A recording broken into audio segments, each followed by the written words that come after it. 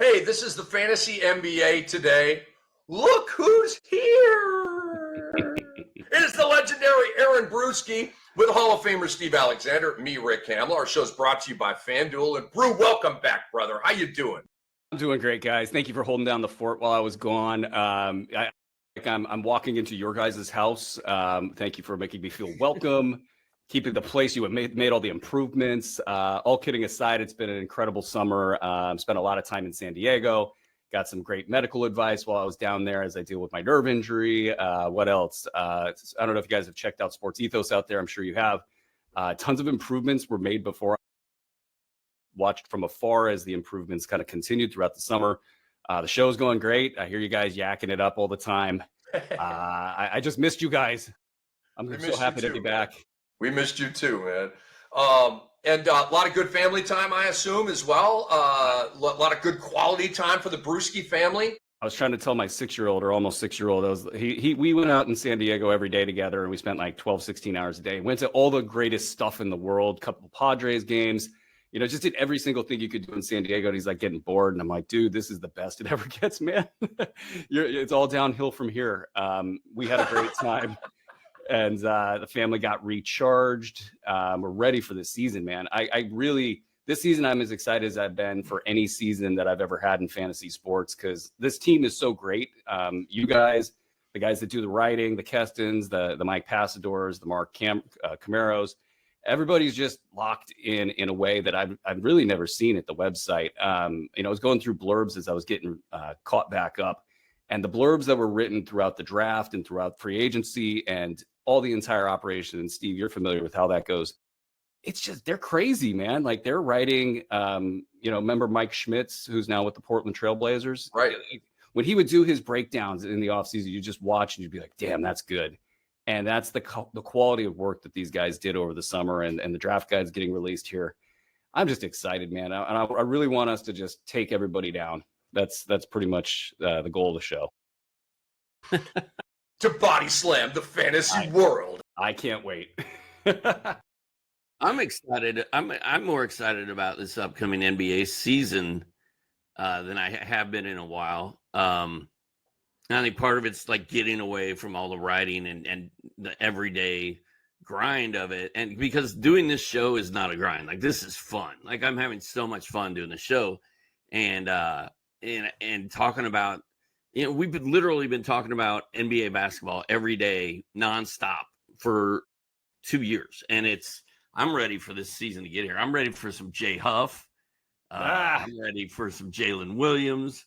And I can't wait to get going. So, and I'm super psyched to use the Sports Ethos Fantasy Football Draft Guide for my draft coming up next weekend. So I got to get in there and get that worked out. I'm one of those guys where I don't study before the draft. I just need a list from people that I trust, and I'm good. So that's what we're doing. Yeah, and on that note, quick before we jump into basketball, our baseball and football guys, they're outstanding. Like I've been watching them from afar as well, and the work that they're doing. So the whole platform is just kind of maturing and getting stronger. And I can't wait to see everybody blossom. So I can't wait for the season myself. And Jay Huff, shout out to Jay Huff. Great job being traded to a great spot, and we'll see how it goes.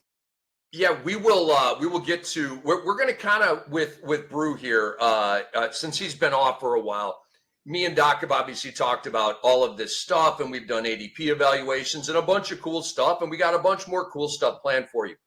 What we want to do is catch up with Brew, basically. So we're going to bring up teams. We're going to bring up some of the moves. We'll talk depth chart if, I can go to my depth chart and kind of help everybody make sense of it with all the changes that have gone down. But before we dive in, first of all, Brew, to the Rockets, who picked up Kevin Durant. So we'll start there. But please tell the people what's going on with the B150, when it's going to come out, how excited you are for it. Have you started getting your hands dirty with it yet? Yeah, I got about a week in there, and that's the happiest week of my life. It's like handing out Christmas gifts, looking at minutes per game and games played, and really just kind of diving into each team super intensively. I don't know the dates off the top of my head. We have segmented releases. So if you're a member of Ethos 360, you get the first bite at the apple. And that's usually around the end of September, early October. And then we stage it out from there. Each membership, depending on your membership, you'll get access to the B150 as we go. This thing's a labor of love. I mean, every single year, 200, 300, 400 hours, round the clock. I mean, starting a week ago, I got off of San Diego time and got at a B150 time. And that is 12, 16 hours a day, just going through stuff. And it's really cool. I can't wait. There seems to be my early impression after a week of this and maybe biting into like, say, 4 or 5 teams is that there is actually a lot of opportunity on the board for folks. And that's great. Sometimes it's a public season. Sometimes it's a ton of movement. And I don't know that there was a ton of movement, but I just feel like so far I've identified probably about 5 to 10 players that will go underdrafted by like either a round, depending on if they're a really good player, or, like a half draft, 6, 7, 8 rounds. And that's exciting. I mean, that's where we make our money. That's where we get ahead. And if I'm only through a couple teams so far and we've already got that on the board, I feel like we're going to have about 30, 40 players that you could just kind of count on to get. So super excited about that. Coming off of a big season last season, a lot of championships. I felt like we left money on the table too last season. So I really want to have that massive wave of a season where you just hit the ball off the square part of the bat, and it flies 500 feet and we all celebrate and everybody wins and all of that. So I think hopefully that'll be this season. Muted. And I had a good one too. We got the torpedo bat over here. We got it the last episode, not once. Early this episode, already once. That's the only time, though. That's the only time. All right. So, Brew, let's dive in here, man. Doc, and we'll just make it a round table here. Let's start with the Rockets. So, Dylan Brooks out, Jalen Green out, Cam Whitmore out. How dare you trade Cam Whitmore for garbage? Give me a break. In Clint Capella, Kevin Durant, Dorian Finney-Smith, Josh Okogie. They give Jabari Smith a 5-year deal. Van Vliet back on a 2-year deal. Steven Adams back on a 3-year deal. They also brought back Aaron Holiday, Jeff Green, and Jayshawn Tate. So it's some of the same dudes are back, but it's a new look with Durant, Dorian Finney-Smith. Talk to me about the Rockets, how you're evaluating this from a fantasy perspective. Fantasy is fascinating. Reality is fascinating as well. And when you think about when Tillman bought the team 4 or 5 years ago, and they were just in the dumps. Now this team is throwing their hat in the ring, and they're going to compete for a championship, presumably. These players, there's a lot of them, and they're good, and they got kind of their own histories and experience. When you look at players like Steven Adams and Clint Capella. And they're like the 9th and 10th men on the roster here. So this team's gritty still, even despite Dylan Brooks not being there. I think this is a referendum season on Alperen Şengün. I just keep I've been there for about 2-3 years as he's risen, his stats have gone up, and there's been so much hype about him in the fantasy community. My position's always been that the defense isn't going to be something that they can work with long-term, Domantas Sabonis level issues there. And then they had this really great playoff series against the Warriors, and I thought they all really played extremely well. Didn't make it in that series, and here we are. They had Kevin Durant. I don't wonder about Kevin Durant playing with other players. We've seen him do that. I think he's capable of doing that.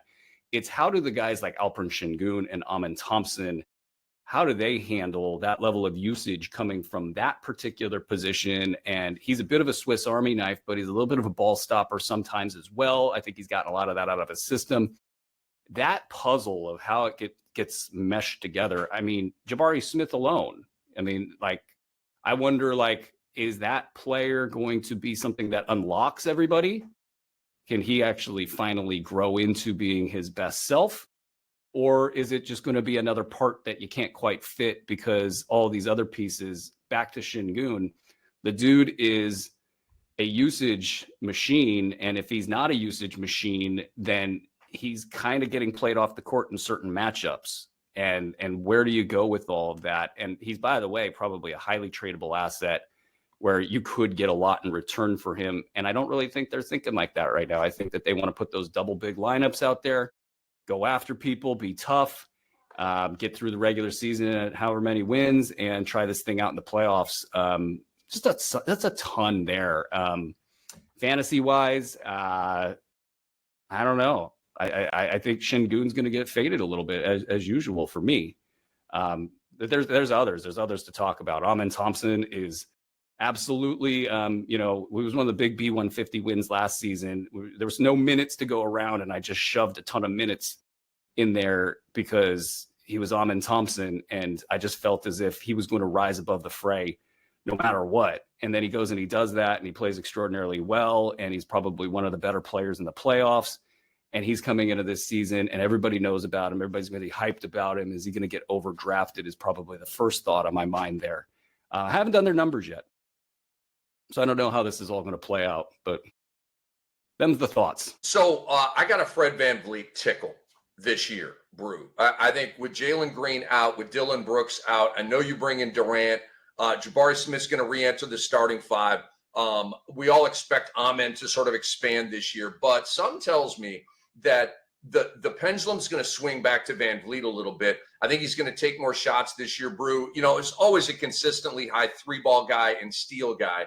But I think the assists are going up, the points are going up, not dramatically, like a assist, like 2 points. But I think we're going to get a better VanVleet year than last year. Do you agree? I do. I really got to do their numbers and kind of confirm the thought process here. But the fact that he was so injured last year, and it really shook that team up, and it was the precursor of the Amen Thompson rise.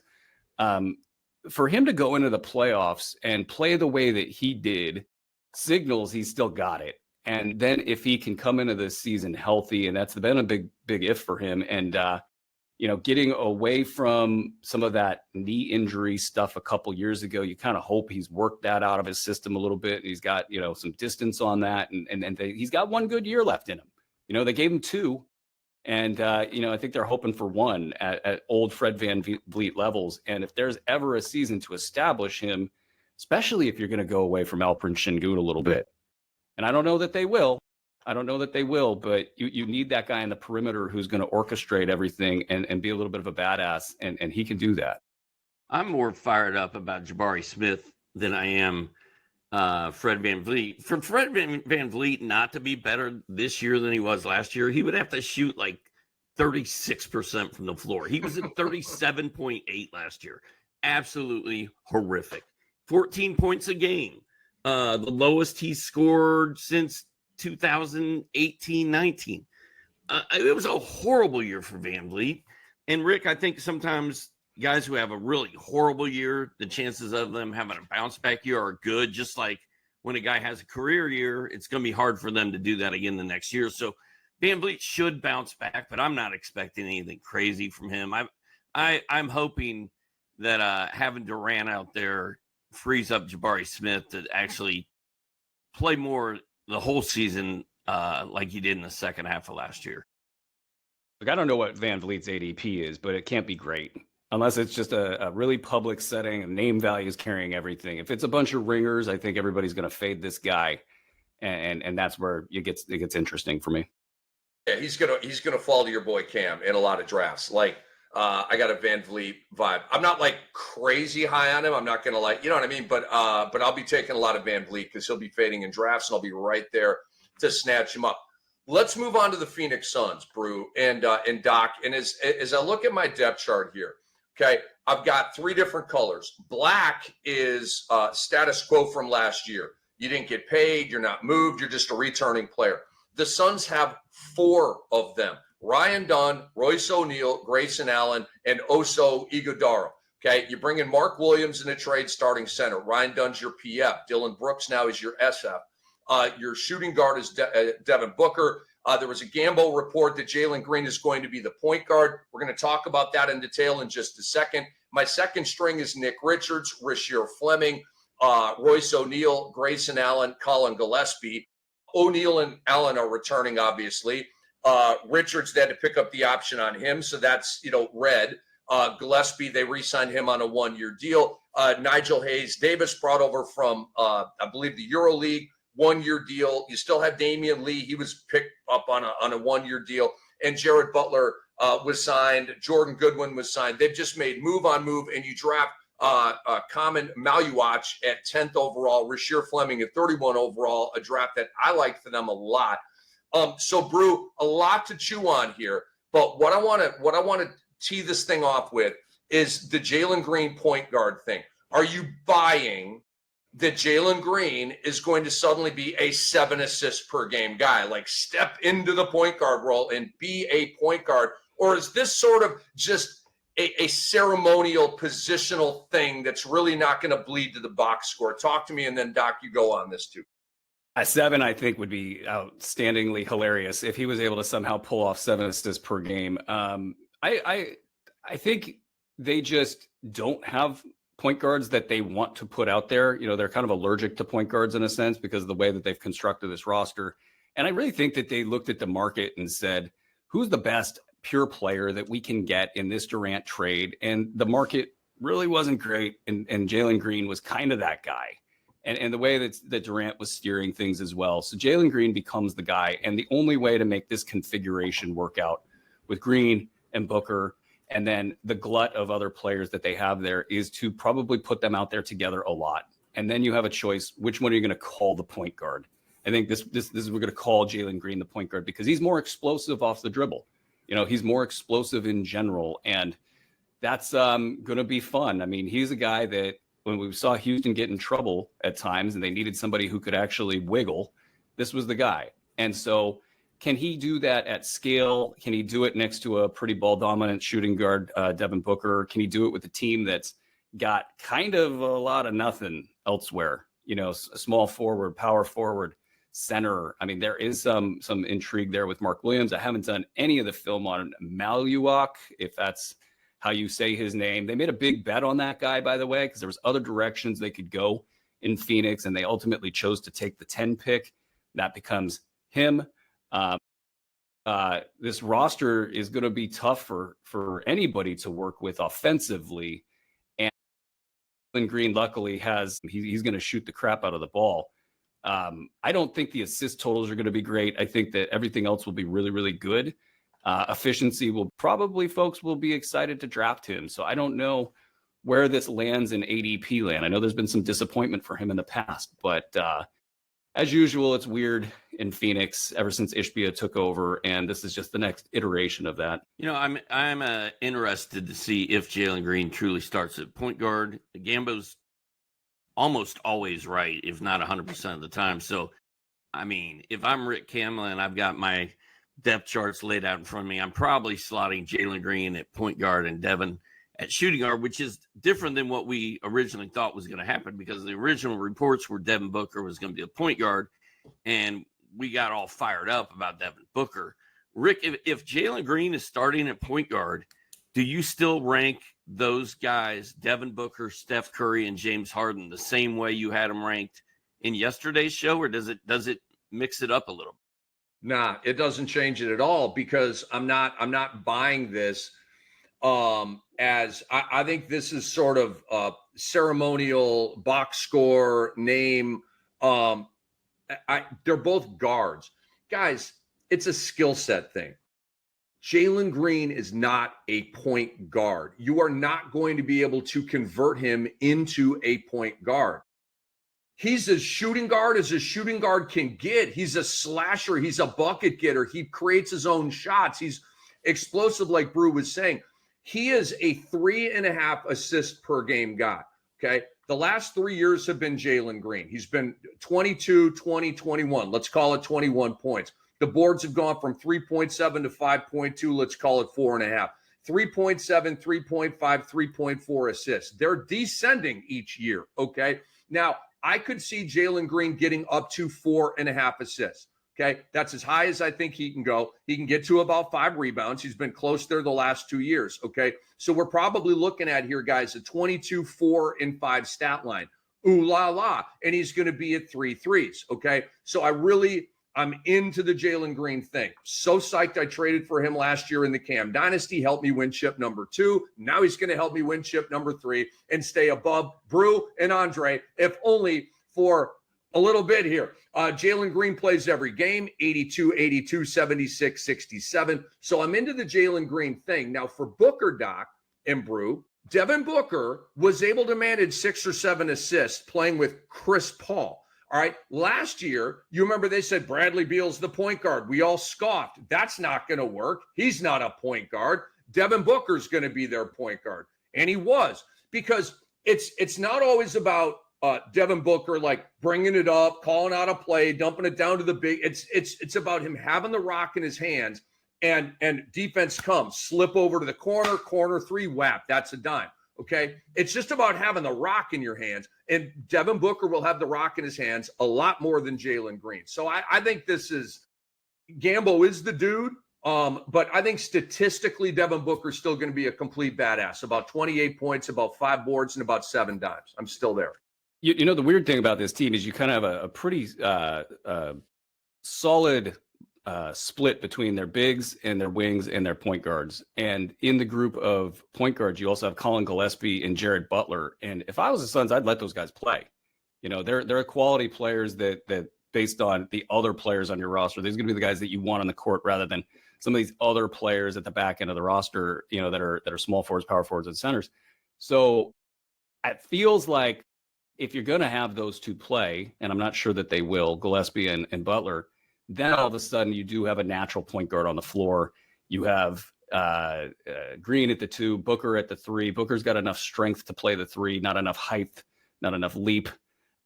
Brooks can play the 4 theoretically, but again, same problems there. You could envision a team that's got some point guard play, but the way that this likely starts is Jalen Green probably playing a lot of point guard minutes, if not 30 or 35, leaving those 2 guys out. And one of those guys won't play. It may take like a full season for them to figure out that those 2 should be on the floor, the backups that is, and everybody slides up a spot, which creates other problems, but they're going to be bad anyway you slice it. It's going to be fun watching Dylan Brooks try to get shots off. And he'll find a way because that's what he does. Mm-hmm. But I tell you what, I'm pretty excited. There were times last year that Jalen Green looked like one of the best players in the NBA. Like when he gets on one, like he's unstoppable. But then he's so inconsistent. Like one week he would just dominate, the next week he'd fade away, and it just kind of carried on. If he can put that consistency together, and on a team that needs firepower, like him and oh my gosh, Booker. Him and Booker are going to be, their usage rate is going to be through the roof. And then you add in Mark Williams. Like Mark Williams and Jalen Green and Booker are three of the more fascinating fantasy guys coming up for this season. Well, and Booker's an injury-prone dude, so this could become the Jalen Green show really easily. And at that point in time, he is the man. There is nobody else going to question who the man on that team is. And then, I mean, gosh, I guess he would be in low-end competition for like a top 5 scoring, in the league at that point. He is Aaron Bruski. We have Hall of Famer Steve Alexander. I am Rick Kamla, and the big 3, the squad, the dream team is back together, man. Brew back in the fold with us. Our show is brought to you by FanDuel. We love FanDuel, and we move on. We're playing catch up here with Brew. We're going through some offseason moves and some new team construction and taking Brew's temperature. And obviously me and Doc will chime in when warranted. Let's get to the Bucks. All right. Absolutely huge news with them waiving and stretching Damian Lillard, which like books wise, I completely don't understand, but you wanted to stay competitive and keep Giannis, okay, and keep him happy. We're still a championship contender. So in that way, it's a win for Milwaukee. Damian Lillard has since signed with the Portland Trail Blazers, went back home. Miles Turner, he left Indiana. I mean, he screwed Indiana over, Brew, to go to Milwaukee. Kevin Pritchard said he didn't even give them an opportunity to beat the deal that Milwaukee had on the table. Miles Turner said, I want to go win. Okay, so shots fired. That rivalry got better. And Cole Anthony, Brew, has a chance here to be the starting point guard, or it could be Kevin Porter Jr. I don't think it'll be Ryan Rollins, but he's back too. Talk to me about the Bucks and what piques your fantasy interest here. Yeah, I think this is one of the best stories of the offseason. Jalen Brunson even commented on his pod. Like, you get the behind the scenes look where people are like, whoa, what? Miles Turner did what? I don't know if it was the tax, with Herb Simon and that whole dynamic, maybe not wanting to pay. There's some kind of conflicting reports out there. I haven't really gotten to the bottom of who did it. Brew Pritchard said that the Simon family was going to go into the luxury tax to re-sign Turner, even with the Halliburton injury. That's what Pritchard said. Yeah, I read that, and I kind of wondered if that was just CYA, or if that was the real deal. Because here's the thing: what are you doing if you're Indy? I'm as big a Jay Huff and Isaiah Jackson fan as you get, and Miles Turner to me just like. In terms of performance as a big man in today's NBA, I mean, I was thinking top 5 bigs as I was watching him in the playoffs both seasons. And then he goes to their rival in Milwaukee, and there are reports that he didn't get an offer. I think it was above something like $60 million, 3 years. Don't quote me on this, folks, because again, still catching up in the off season, but.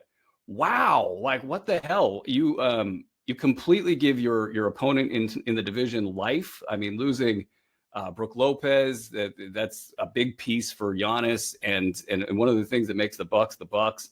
And now they kind of keep that core, the Bobby Portis, Giannis,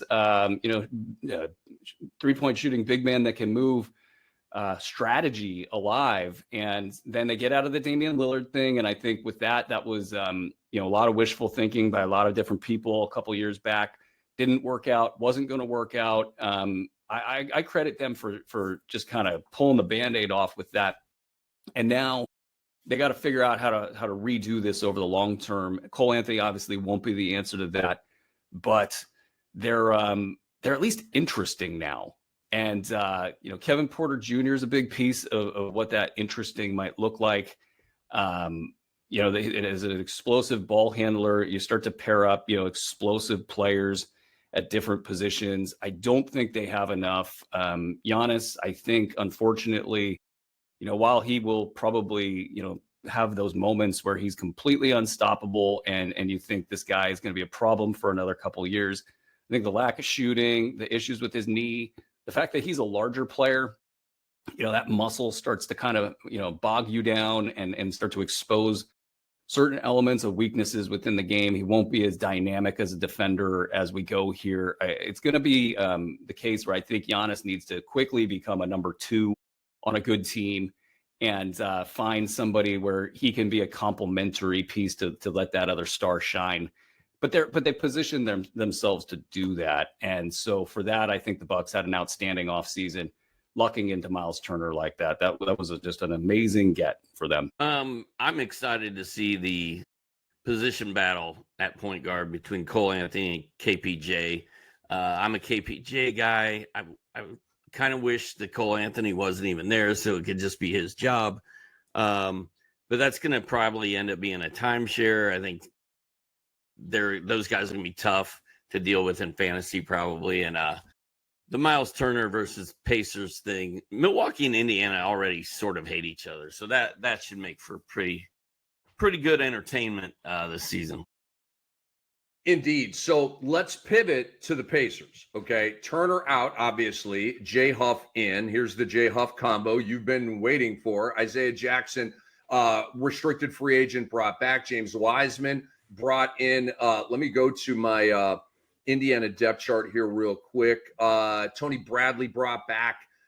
You got a couple of guys deep in the draft that aren't going to play. And they have said they're going to start Mathurin. So your starting lineup is going to be Jay Huff, Siakam, Nesmith, Mathurin, and Nebhard, who a lot of us are high on and some are not. So Brew, where are you seeing value? Where is fantasy wise? Where are you? Like, let's start with Jay Huff, dude. Like, how geeked are you about getting some shares of Jay Huff this year?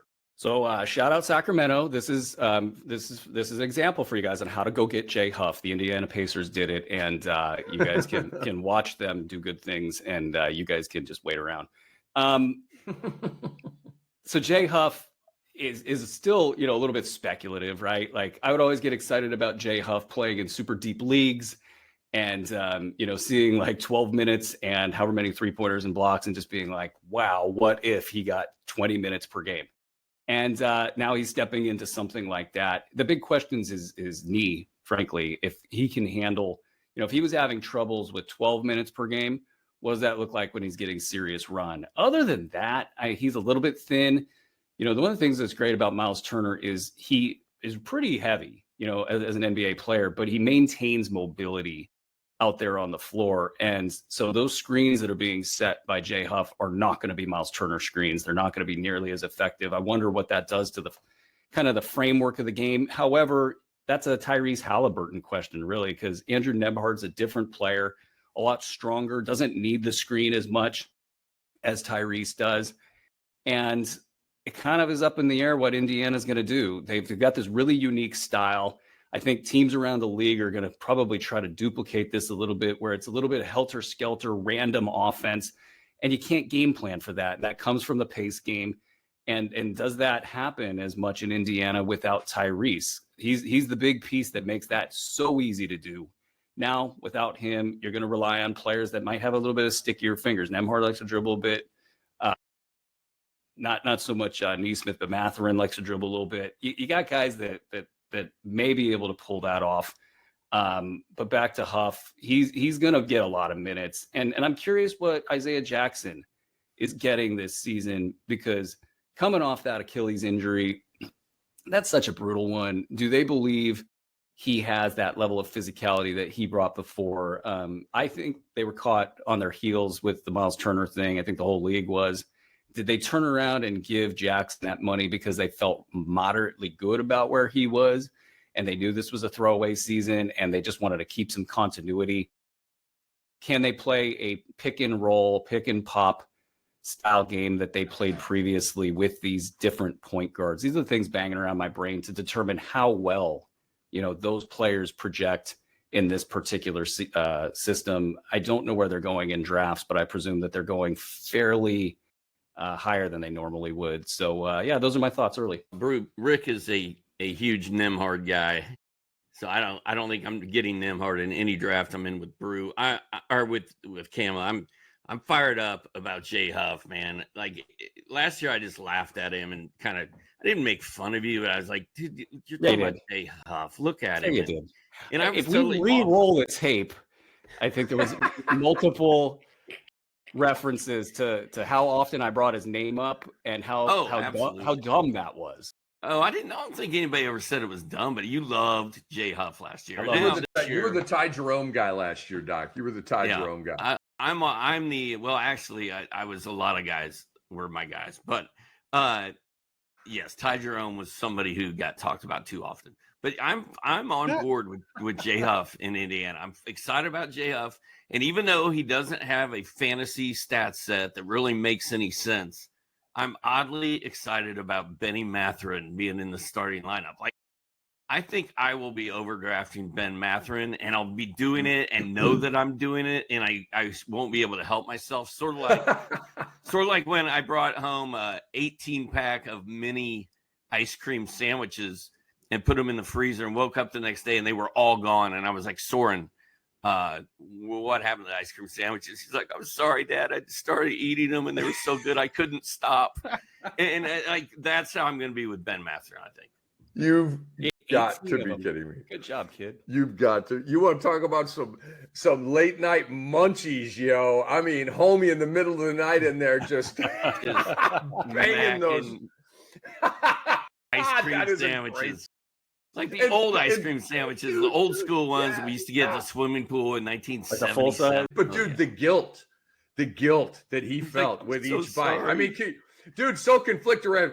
Oh, it's so delicious. I feel so terrible. These are my dad's ice cream sandwiches. Like, oh my God. God. I just couldn't stop. I just couldn't help myself. He was conflicted, dude. He was conflicted. Between 7 and 18, he couldn't leave you the last one. That's pretty rough. Did you forgive him? Oh yeah, and it was a learning experience. Like now he knows if there's experience. He knows if there's one Coke or if there's one of something left, he leaves it. Good. Yeah, it's you turn a negative into a positive right there. Come a long way. It. Oh my God. Okay, let's move on here. How about the LA Clippers? It is the Fantasy NBA today. We're playing catch up with the great Aaron Bruski, Hall of Famer Steve Alexander. I'm Rick Kamla. We've got the best producer in the biz, Andre Lemouche, as well. Andre, earmuffs as I give you a compliment. a movie called Old School. Andre, I got to know, has Andre seen Old School? Because he messes around with American culture, but he doesn't know. He knows a lot about American culture. Do you know the movie Old School? He said, no, sir. All right, Andre, this is Andre. He said, I'll add it to the list. Please put it at the top of the list because Frank the Tank is Will Ferrell. And there's a point in this movie where he does beer bongs and they're chanting his name. And it's Snoop Dogg is the rapper at the house party. That dude, you got to watch this movie. Am I right, guys? The Andre has to watch Old School like stat. We might go to Bed Bath & Beyond. I don't know. We might not have time. May have to hit Home Depot. See, Andre, the lines are classic, dude. My boy Blue. Will Ferrell at one point goes streaking. And so like naked running down this dude, this movie. Spoiler you gotta alert. watch this movie. You gotta watch this movie, man. You gotta watch this movie. And that's anyway. So enough on that. Yeah, I just had to check. Andre has not seen Old School. Okay, duly noted. Now let's talk Clippers. Norman Powell out. He's in Miami now. CP3 back up one. Bradley Beal brought in. He's your starting two. My boy John Collins gets his escape like Kurt Russell back in the day in that great movie Escape from New York. He escaped from frickin' Salt Lake City, okay? He's now the 4 for the Clippers. Kawhi will be the 3. Brook Lopez is going to be backing up Zubac. So a lot of people love this new look, right? How is this moving you fantasy-wise? Are you feeling Beal? Are you feeling Kawhi? Doc's kind of feeling Kawhi this year. I'm kind of still on the sideline, right? All the injuries and stuff. And we both agree that Zubac's had a career year and that his numbers are going to come down a little bit this year. Where are you at with all that, Baru? Yeah, these guys. It feels like when they get like a bunch of musicians together to sing a song, like a lot of them, and you don't know how it's going to turn out, and it kind of could be anything. There's just a lot of players that are good to create whatever this is going to be, and that's it's like a little bit of a cop out, right? Like I'm saying, I don't know. But some of these players do well with lower minutes and some of them do not. And it feels like if you can make the right bet on a player that's maybe got lower minutes and then count on injuries and games off to sort of release them into bigger roles, that's one way to play it. And then they've also got the kind of speaking to your guys' points about Kawhi. I think the entire team is basically disrespected. I don't know anybody outside of Harden that people are really super, super excited about from a fantasy perspective. I mean, Kawhi Leonard last year, I got him in the 10th round, 11th, 12th rounds in drafts. And, that was a weird problem to have. And I don't even know if it worked out, but at the point in time when he was good, it worked out. So this team's going to have a lot of that going on. I mean, even just CP3 being around. Like, what are they going to do with him? Is it San Antonio last year, 20 minutes or 22 minutes and ceremoniously, putting him on the floor? Or is he really going to be like more of a 15-minute guy and, possibly out of the rotation some nights? That'll be fascinating. Brook Lopez, to me, is as good of a old center as you're going to find in the game. So, him and Zubac tag teaming, I think a lot of players are going to see their minutes come down. But they're good. So I'm excited to watch it. And I'm a little curious. I want to get deeper into those particular numbers before I start planting flags in various players here, because I really don't know which one it's going to be. My memory of Kawhi last year was he didn't play until like January.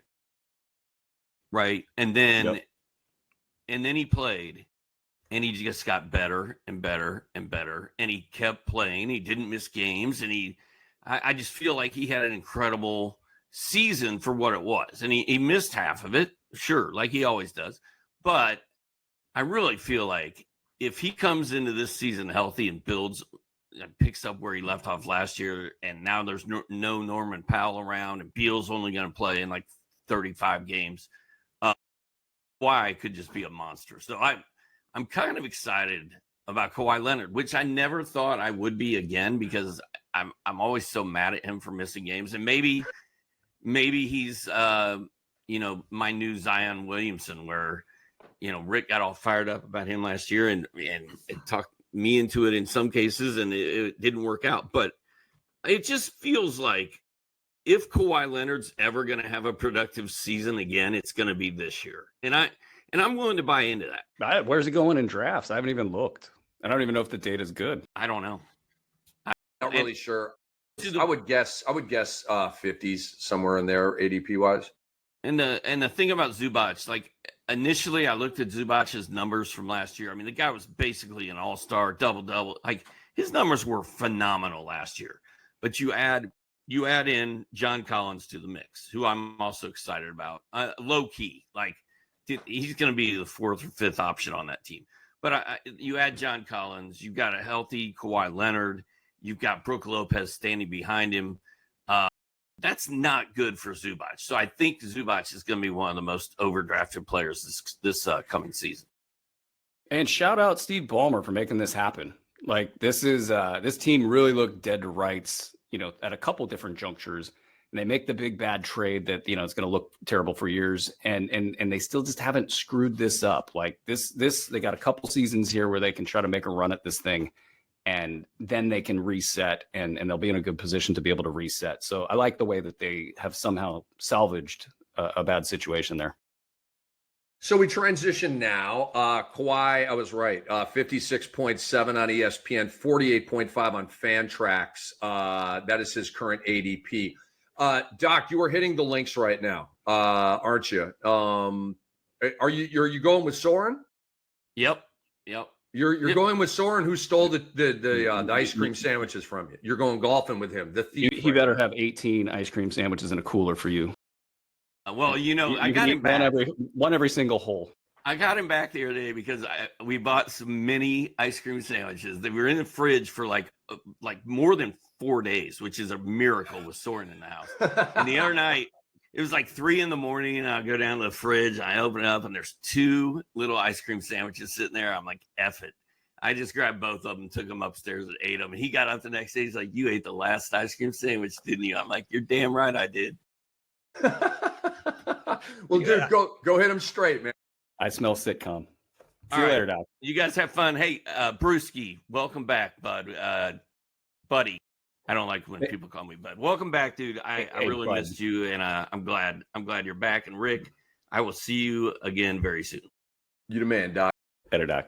Hit him straight, bro. Hit him straight.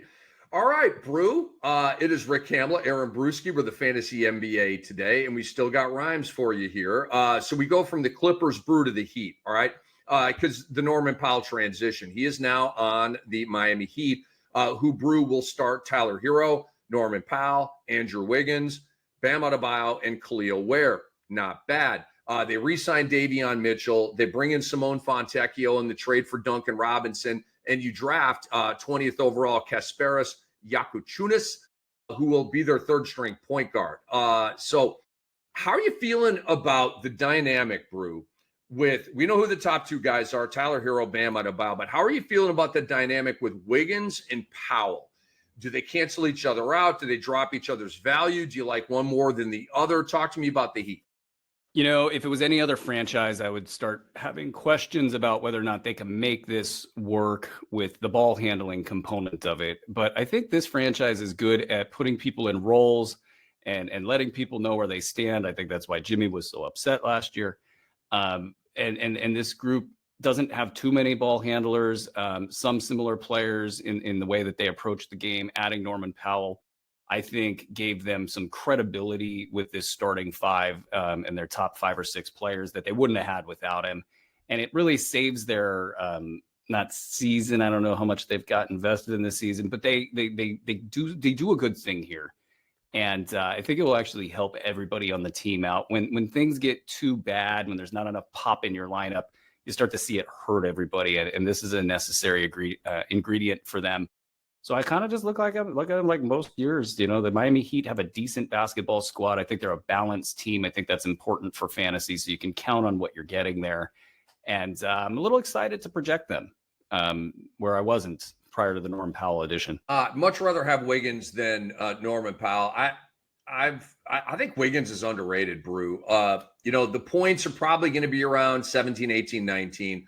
The PRA is not great, not a rebound, but he's going to be at about a block. He's going to be at about a steal. He's going to be at about 2 threes.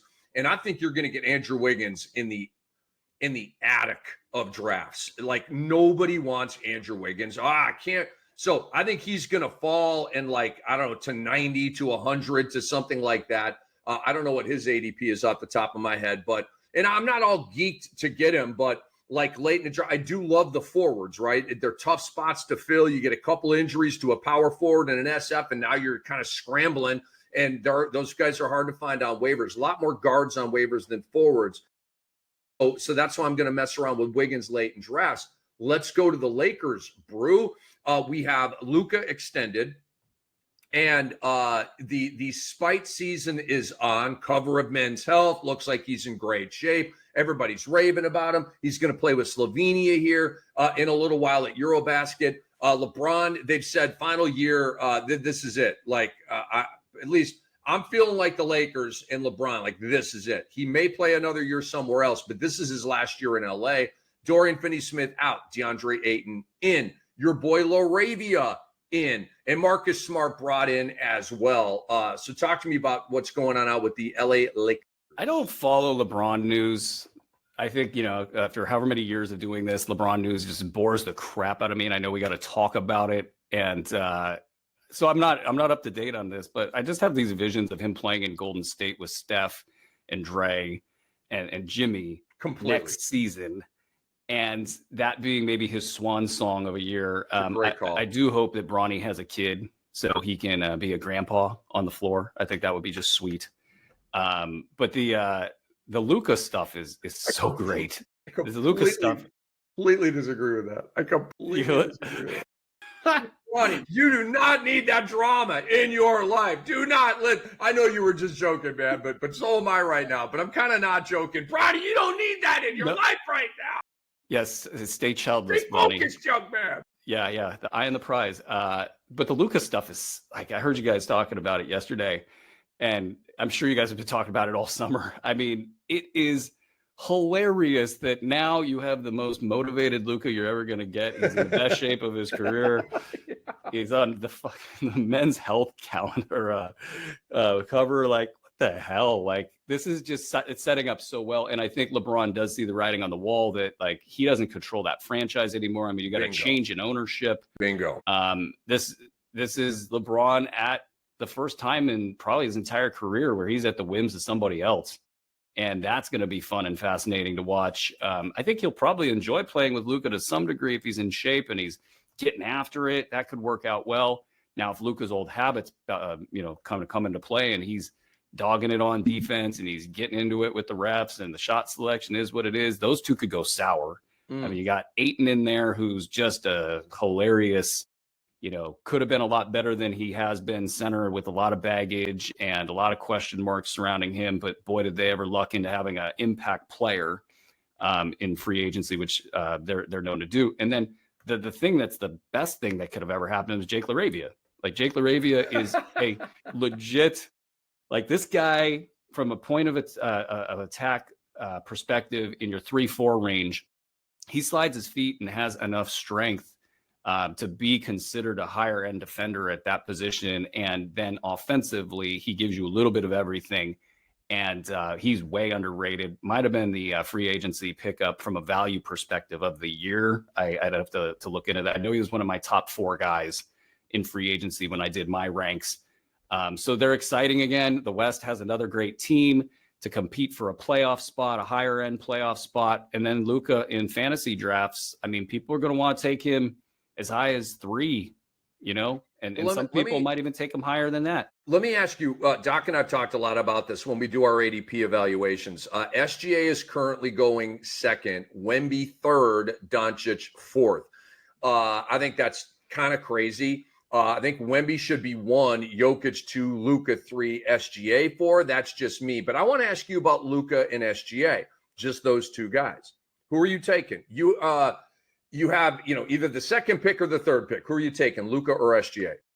Look, let's move this to head, because if it's Roto, I haven't cracked these numbers open yet, but in Roto, Luka's got more downside. Shea doesn't have that downside in Roto. It just, so that's probably not even going to be a conversation in Roto, but in head to head and free throws being what they are. Oh, by the way, Luka might get good at that.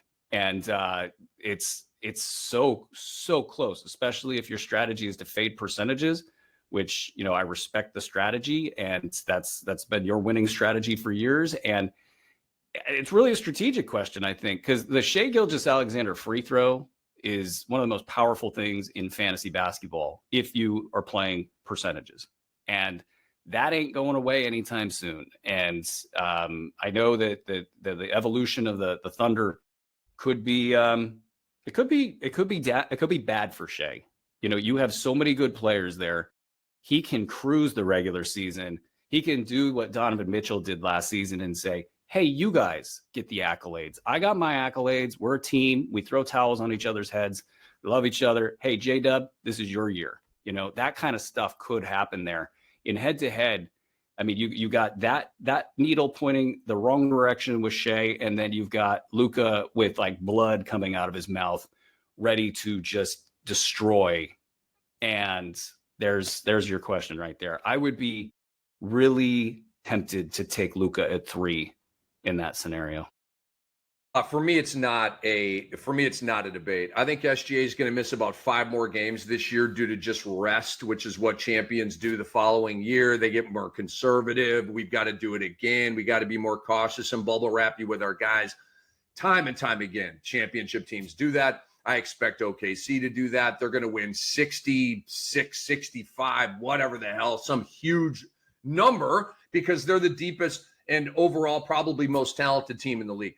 But it's what you said, Brew, and we'll move on. It's all about the arrow. SGA's arrow is either going to be a plateau. He's not doing better than last year. That's fact. Led the league in scoring. He's just not doing better than last year. So maybe like a slight little dip down for SGA or a plateau. Luka's like that. Rocket ship attached 2 back. Could go 34, 10, and 10, lead the league in scoring, win MVP, lead the Lakers to 58 or 60 wins. All of that is possible. So I'm rocking with Luka this year. And I would love to get SGA at number 4. I get the 4 hole. That's crazy. I'm loving it. Okay. But I'd rather be in the 3 hole and get me some Luka. Let's see here. So we can just touch on some of these kind of quickly here. Jordan Poole goes to the New Orleans Pelicans, Brew. Trey Murphy's not going to start the season. DeJounte Murray rehabbing the Achilles. Picture of Zion Williamson came out yesterday with all kind of chin weight and not looking good or fit at all. Okay, so that's wash, rinse, repeat. But are you feeling Jordan Poole at all in New Orleans? This is the deepest sigh in the world. Probably a little bit. It's the Dude, you are walking into the pool. You did not just jump into the pool. You just walk casually. Yeah. And then make sure that everything's okay. You checked your pockets real quick. Is my phone? No, my phone's not. Okay, I can continue walking into the pool. Really measured. What the hell is going on here? But the times that Jordan Poole was good in Washington, he was really good last season. That revenge season was definitely cooking for him. He did things like defensively that you can't even fathom, he's getting multi-steal, multi-block games, and you're just going, how, what? This, I don't think there's been some magic change in the players' dynamic. I think that he's going to possibly enjoy some of that bad team stuff that happened with Washington that made some of those things possible. But I mean, he's going to shoot. He's going to probably stay healthy. He's going to have a lot of flexibility if, Zion crashes and burns like he's often doing. That picture was hilarious. He's not a thin man. He did not get on the men's health cover. He wasn't hanging out with Luka this offseason. Maybe the seasons before, but not last season. I mean, his agent needs to grab his cell phone and take all of his apps away from him so he has no outlet, and Diet Mountain Dew. Brew. He's drinking regular Mountain Dew. He needs to drink Diet Mountain Dew. By the way, every sip of Diet Mountain Dew is delicious, like the first time I ever had it. It is one of my favorite products on planet Earth. I drink the ish out of it. I don't care about the ingredients. I don't. You don't want to I know like about aspartame.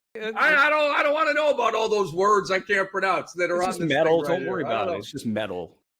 I don't smoke. I don't vape. I mean, bro, these guys, like, you know, I'm out seeing shows a lot and stuff like that, occasionally playing out. And these guys, That stuff will hurt you.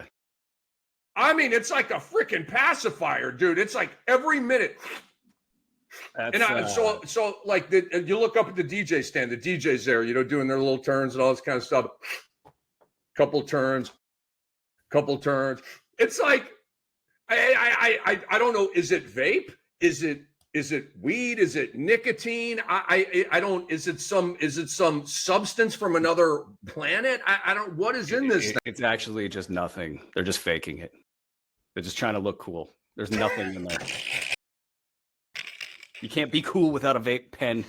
I guess not. I mean, all the young, if you're 30 and below, you got that thing, and it's a freaking pacifier, man. Like back, you were like when you were 1 year old. Just go all natural, folks. The vape stuff will hurt you. You know, regular smoke is just fine. Don't do that. Public service announcement with a lot of sarcasm. Yeah, exactly. Tons of sarcasm. And stay healthy, folks. Treat your bodies well. My whole family was smokers, Brew. My mom, my grandparents, my dad. So that's why I'm not a smoker, because the smell was like, this is nasty. So I never got it. I mean, I've had like 2 cigarettes in my life. I didn't finish either of them. I didn't like them, and that was it. That was it. It's not my thing. I'm a Diet Mountain Dew guy, Brew. All right, let's move on here because I'm feeling Jordan Poole, Brew. Like, not I gotta have Jordan Poole, but I like Jordan Poole in this position. I think he's going to be put up to bat. Again, we don't know when Trey Murphy is going to come back and play. He will at some point, and I am messing with Trey Murphy, Brew, because, like, let's say he misses the first 2 months. Well, then the next 4 months, I'm going to get a savage badass, and he's going to slip very, very deeply in drafts. But let's move to the Orlando Magic, because Doc and I have talked a lot about this. Desmond Bane was acquired. Tyus Jones, obviously, now the backup point guard to Jalen Suggs. Suggs misses a ton of games. Tyus Jones may be put up to bat here in a big way off the waiver wire. But Bane comes in, Brew. You've got Suggs. You've got, obviously, Paulo and Franz. They may end up getting Nikola Vucevic after he's bought out, if he's bought out by Chicago. That's a possibility, but way out there. The dynamic of the 4 guys. Paulo's the 1, Franz is the 2, Bane is the 2-ish, and then Suggs now, to me, goes down to the 4th option. So talk to me about that, how you're treating that from a fantasy perspective now that Bane is in Orlando. I thought this was one of the more fun to think about trades of the offseason. Like, if you're Orlando, you pick Desmond Bane to be your guy that you make your big bet on. This is going to be the group of them that goes forward into the next 4 years. And I kept asking myself, if I was in their position, would I take Bane in this case, or would I wait a little bit and just see what else pops up? And that's kind of the problem with that game, is great players don't make themselves available to markets like Orlando, especially. All the time. So, you know, like kind of like a la the Phoenix Suns trading Kevin Durant. They're like, oh, you know, Jalen Green's the best we can do. Let's do it. And in this case, it kind of felt a little similar. It's like Desmond Bane might be our only chance here. Let's trade 4 first rounders. And by the way, if we do really, really well, those 4 first rounders aren't worth much, you know, in the grand scheme of things. So from their perspective, pretty good value. If you're Memphis, you're also saying, look, this could go south for Orlando any number of ways. You got a couple injury-prone dudes. By the way, they have all the medical on Desmond Bane. Desmond Bane's had problems with his foot. He's had problems in the kind of the mid body region, and he's missed some games. So maybe they know things that that compelled them to make that trade. And Memphis is its own topic for another day. But Orlando, I like this from a reality perspective, and I think from a fantasy perspective, this can work out for all parties involved. Maybe not Franz Wagner.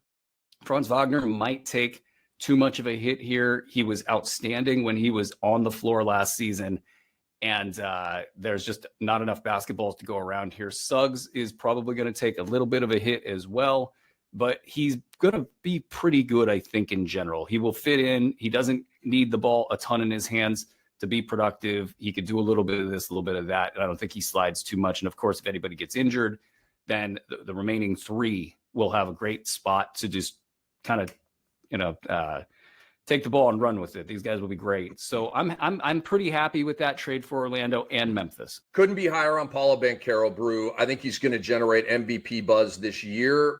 I think his numbers are going to go up, all of them.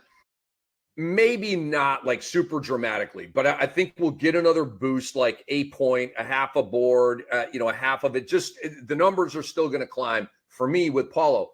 Franz and Suggs, Brew, are both career year guys for me.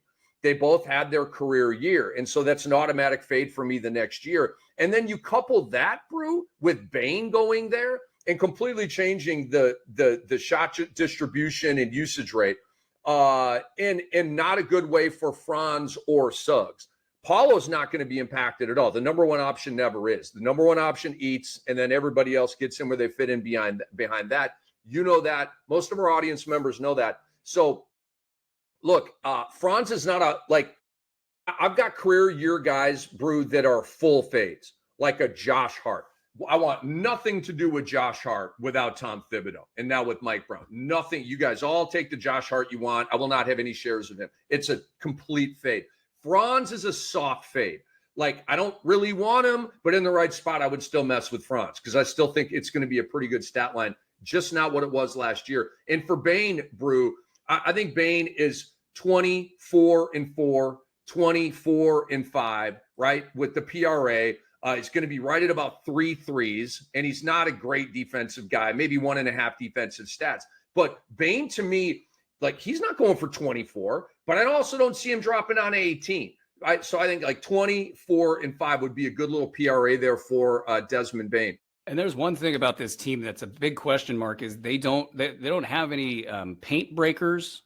They don't have a lot of movement on this team. It always shows up in the playoffs, and they will need to embrace what Desmond Bane does well. And that's going to fall on Paolo because Paolo's a dribble the air out of the ball guy. And and the defense just sucks in with him out there on the floor. So they're going to have to find some sort of a scheme that plays into that movement that that Bane brings to the table, and maybe that's dribble handoff. But Paolo is so good at what he does that it really renders the conversation about doing other things almost like pointless in certain ways.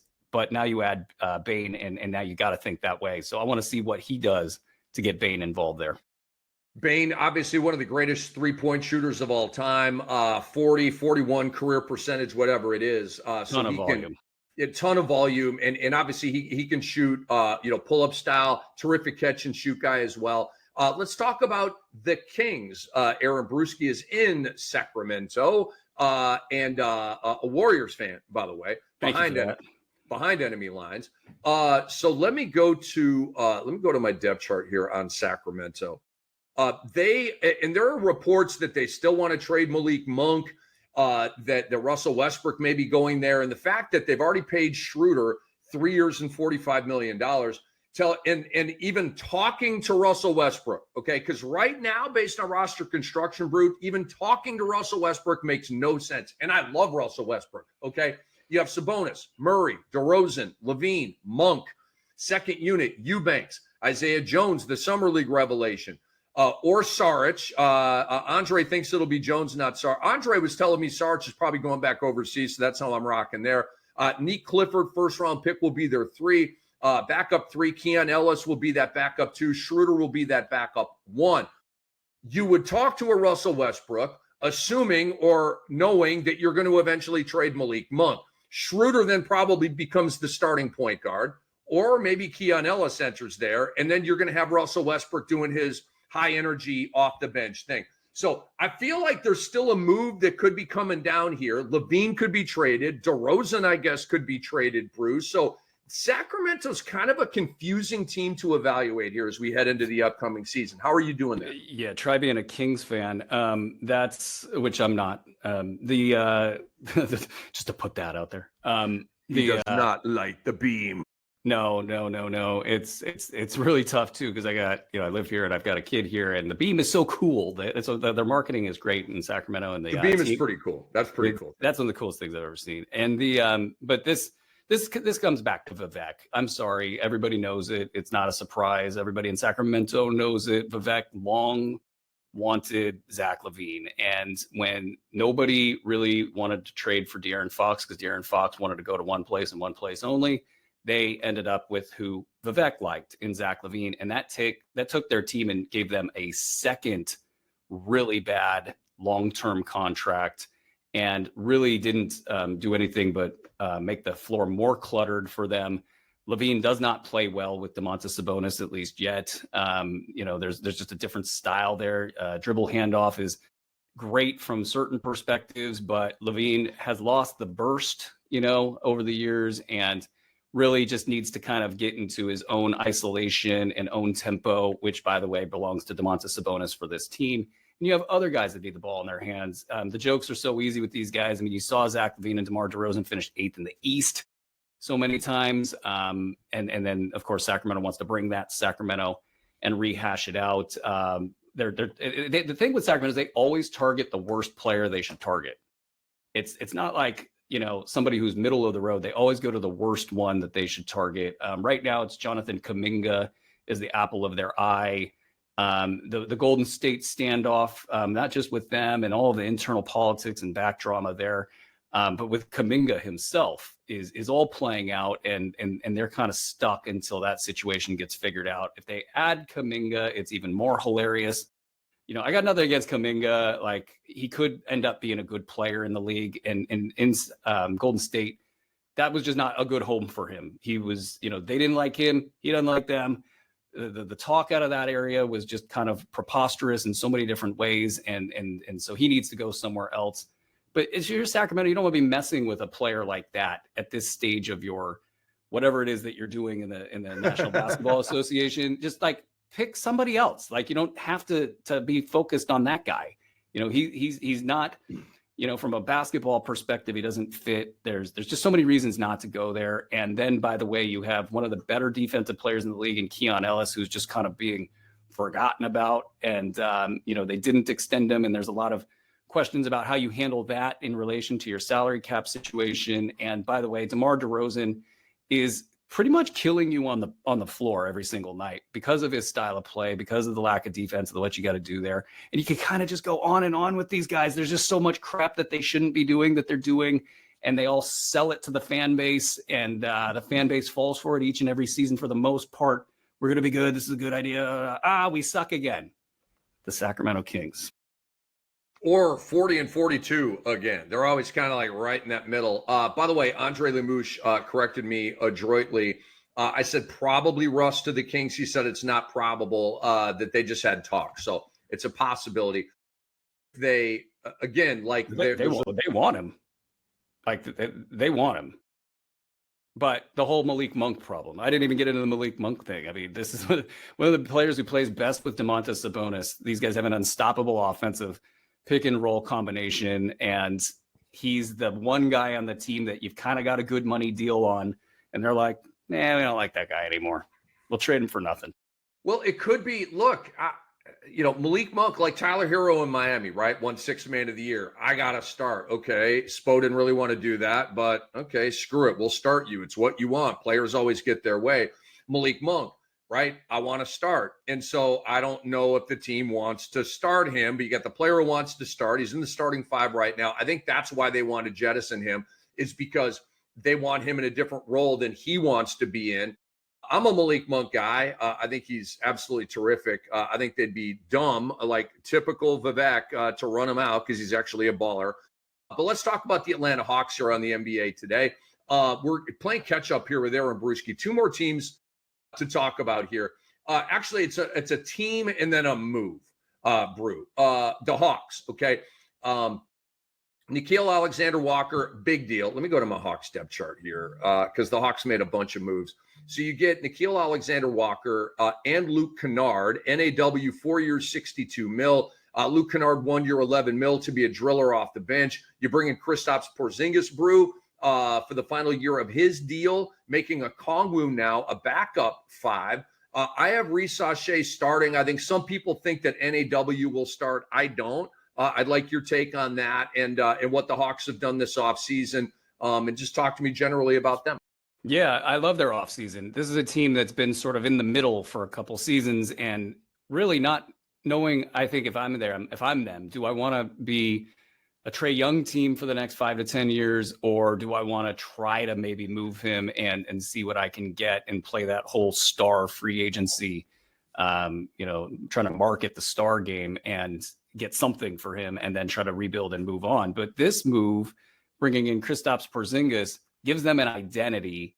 And if things go well, and if things, if Kristaps can get into this season healthy after playing international ball, then I think this might be their longer term pairing. And then the one thing with Trae Young that you have to do is surround him with defenders. And the fact that you're going to have Nickeil Alexander-Walker on the floor with those other defenders, I think that was another great move this offseason. And so lineup wise, I actually really like what they have there. Because if they can, in a bad East, get up there and maybe be a top 4 team, I think you start to have the ability to attract free agents into this mix. Dyson Daniels, Jalen Johnson, Kristaps Porzingis, Trae Young. If I'm another player that's looking to try to win some games, I would like to go to that team. And so they've got something there. Now, of course, everybody's got to stay healthy. Porzingis especially has got to stay healthy. And then from there, they just got to work it out on the floor. And I'm really excited to see what these defensive players like Dyson Daniels does in the offseason to round out his game. They gave him the ball a lot last year and just sort of let him go. You add shooting with Luke Kennard, and it just feels like everything's kind of moving in the right direction for Atlanta. So I'm pretty stoked about what they're doing. And then fantasy-wise, I do think that there's enough time and minutes for everybody to do well. Whether or not you'll see sort of the types of seasons that we saw out of a Dyson Daniels, that's a huge fantasy topic for another show. Jalen Johnson, just want to see that guy stay healthy and see what he's capable of. Can this guy develop a better handle and a better shot? If so, he becomes one of the more unstoppable players in the game, and you're starting to rack up unstoppable players. So that's fun. Are you taking Cooper Flagg or Jalen Johnson? I have not watched the Cooper Flagg film yet, so I don't know. And I don't watch college, so I don't know. I've seen a little bit of Cooper Flagg and enough. I always believe it takes about 5 seconds of film to really know. With rookies, I'll take a little bit more time because I haven't seen them as much, and their game is played in a different at a different level and whatnot. But I'll probably, if I had to guess, I'll probably take Cooper Flagg. But I got to see the film. I got to see what he's up to. Are you so you're slow rolling Jalen because of the 2 injured years, right? So overall, it's like, are you feeling Jalen Johnson? It's the injury, and then also, how does his game morph? There's a lot to be said for big men and their athleticism being elite, and then it falls off a tiny bit. And then all of a sudden you see sort of the bottom fall out, or maybe more value loss than you would like to see. Can he keep the steals up? Can he maybe improve in blocks? And then if there are more players who can handle the ball, does he no longer have run of the yard? And he's kind of going to fall back and be more of a mid-round player on a night-to-night basis. If you add that and injury risk, it gets a little bit dicey.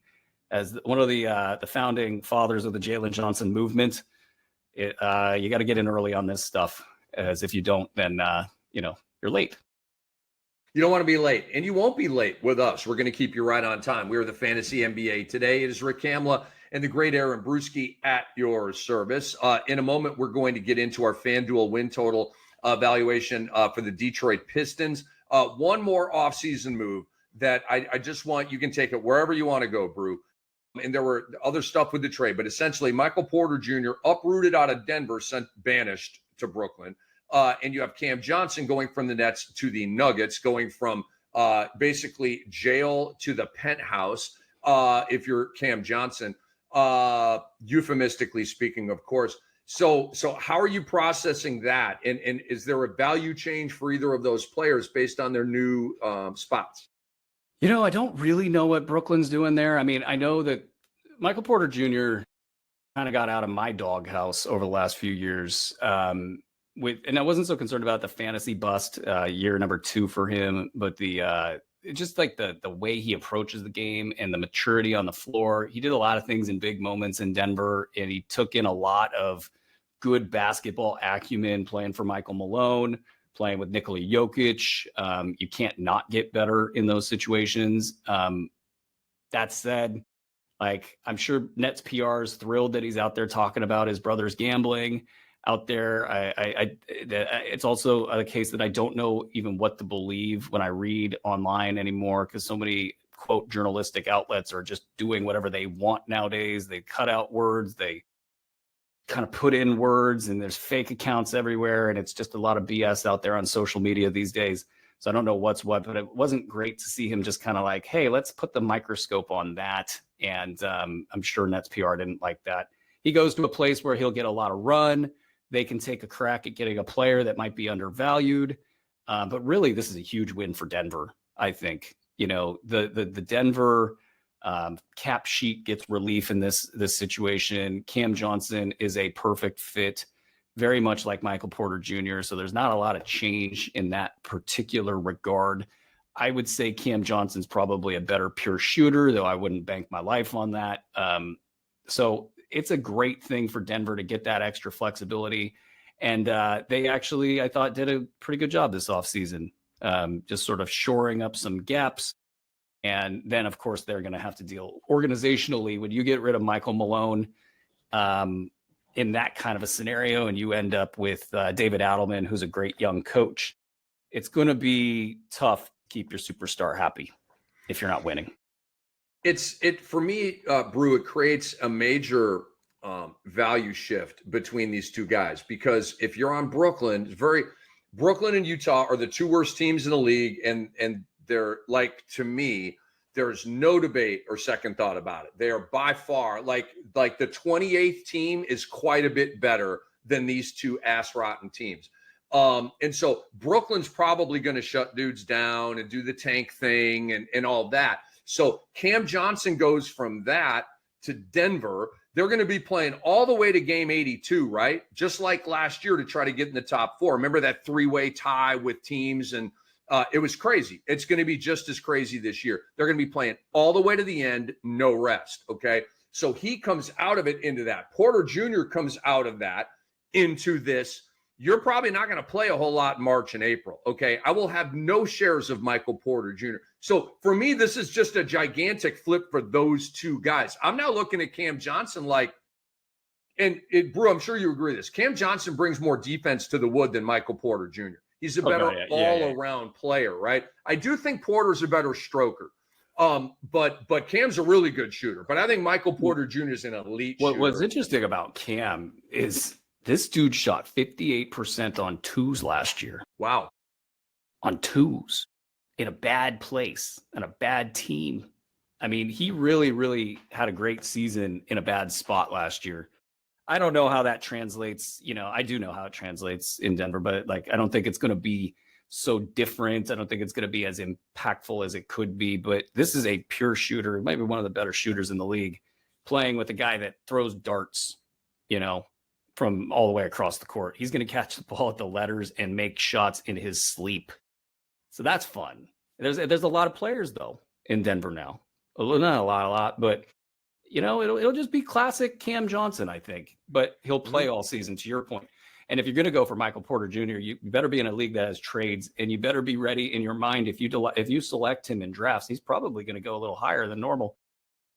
Get ready to move him in November. Like when the iron is hot, just commit to it. Say, I am going to trade this guy. I don't care if I take 2 rounds of value loss. That's a lot of work to get to where you need to go. But if he's out there as a top option, just killing it and giving you early round value right at the gate, that's one way you can make it work. Totally agree with that. Guys, I would rather have Aaron Gordon in reality. I would much rather have Cam Johnson in fantasy. Aaron Gordon is not a good fantasy player. He's just not. It's not about the missed games last year.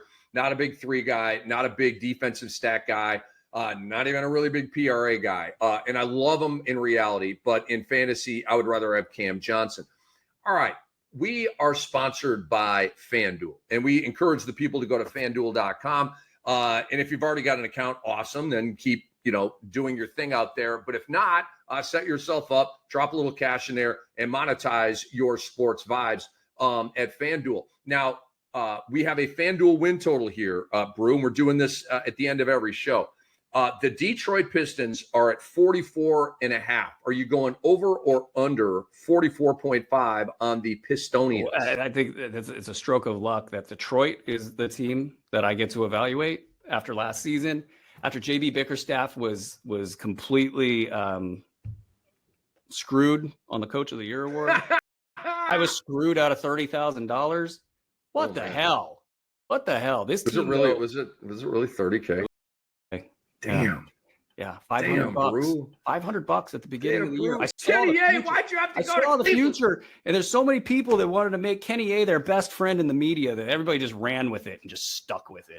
It's such a better job. Come on. Dude, he was such a juggernaut last year. I mean, he won that award first month of the season. It was terrible because what was it, 15-0? What'd they start? 15-0 or something like that? And the fact that he was coaching JB's old team was the thing that really And then there was the fight that they were in I forget what I was in Detroit, and it was JB's like in the crowd, and they were winning that game, and then they lost that game. I think if it had gone the other way and he was in the crowd and they won that game, the narrative would have taken over. I would have taken my $30,000, taken it to Vegas, bet it on black. Bet it on black. All of it. After the whole season of sweating JB versus Kenny A, you just go put the whole stack on black, which I know you wouldn't do. Andre wanted me to cash that deal out for $600. I could have cashed it out at one point for $600, and I would never do that. Never do that. Anyway, same team for the most part. Everybody's getting a little bit better. They won 44 games last year. Yes, they did. They did it with some injuries, Jaden Ivey out. We'll see how the Jaden Ivey thing goes. I think Jaden Ivey's a good basketball player. I think with him out, it really unlocked this team to just be a Cade Cunningham basketball team. Good point. But they can work that out this year. And everybody's going to be a little bit better. JB's going to come in foaming at the mouth, knowing he didn't win that award for me. I'll take the over. I will as well, Brew. I think Detroit's going to approach 50 wins this year. I've got them. Look, Brew, and we they had a great offseason. And we haven't talked about it, but let me go to their depth chart here real quick. But I'm quite bullish on Detroit this year. I've got them fourth in the East. I think they're going to win like 48 games, some like 48, 49 games. They might get to 50. Your starting five is Jalen Duren, Tobias Harris, Osar Thompson, who's Jaden Ivey will be back, Cade Cunningham. Isaiah Stewart, terrific backup five when he's not getting into fights. Duncan Robinson replaces Simone Fontecchio. Ron Holland is going to be a really nice rotational factor for them. The kid's a talent, fifth overall pick. Karis LeVert, 2 years, $29 million. He's going to be a terrific bench player. Marcus Sasser's your backup one. JB Bickerstaff hates him, never plays him. So you're probably going to get a lot of LeVert on the ball, like at the backup 1 and 2. I think LeVert's going to play a lot of backup minutes for this team. But, I mean, I can't say, like, oh, this team could contend with OKC or with, like, but that's still a good team, Brew, and they're on the rise. And so I got them fourth in the East this year. Beauteous. I'll take the over again. We'll win. We're going to win some cash with FanDuel on the Detroit Pistons. Brew, we're out of show, bro. We're out of show. It is awesome to have you back in the fold, man. Great to hear your voice, hear your opinions, and we're going to get a lot more of that moving forward, man. Yes, and congratulations on that golden tan. I spent 6 weeks in San Diego getting as tan as humanly can be, and you just outperformed me again and again and again. So congrats on your lovely beach lifestyle. I'm just hearing. I'm just hearing. I'm just down here in Florida. Oh, hey, draft guide is out, I believe, or soon. Yeah. Honestly, and check that out because our guys are better than your guys. And our NFL guys are better than theirs. Brew, let's talk about that super quick before we sign off here. because I've been promoting it, and obviously we want you to go get the Sports Ethos app. It's absolutely amazing. It's free, by the way. But our fantasy football draft guide, which is NFL and college football, ding, that's me on the college side. $6 a month, 60% off right now. And Brew, I know you may have some more details on this, but super excited to be a part of that. We just went live with my pop players for college football this year. Yesterday, I've got one more article that will come out at latest early next week. But cool stuff's going on over there. And I've been telling the people, nobody's doing a fantasy football draft guide like us with the NFL and college. Look, the sites are trying to do like AI practically now and have computers write their stuff. And it reminds me of back in the old school Roto World days when you just had this collection of studs who just wanted to win and they just wanted to put out good product. And that's been cooking here on the NFL and the MLB side. And I say that like with so much like pride in what those guys are doing. You got to check out that NFL draft guide. And the fact that you're a part of it, Rick, that just is like, that just takes it to a whole other level.